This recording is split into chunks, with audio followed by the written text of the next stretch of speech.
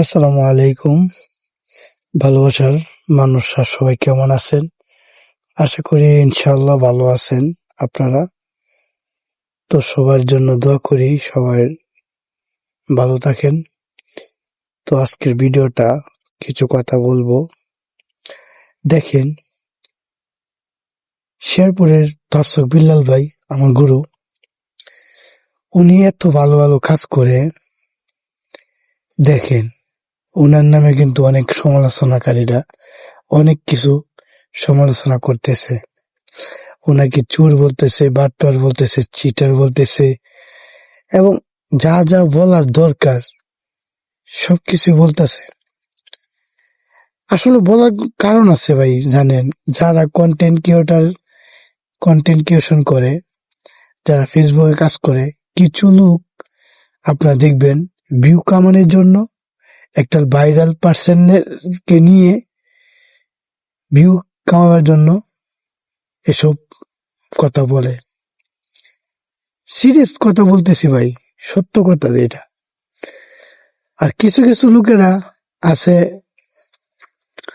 আপনার সমালোচনা যদি না করে তাহলে তার যে ভাতটা খায় না বাপের হোটেলে, আপনার এই ভাতটা হজম হয় না যদি একজনের নামে বদনাম না কয়, সমালোচনা না করে।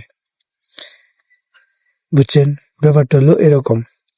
দেখেন, দর্শক বিল্লাল ভাই দেখছি কিছুদিন আগে রাব্বি বলতেছে এক ভিডিওর মধ্যে, এর অত বড় ঘর বানতেছে বিল্লাল সিটার, টাকা করতে পা কোন তো ভাই।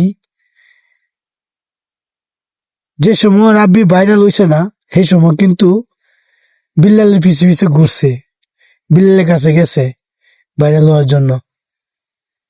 আপনারা তো অনলাইনে দেখছেন। আজকে সে রাব্বি বলতেছে বিল্লালকে সে একজন প্রতারক, একজন চিটার, একজন বাটপার।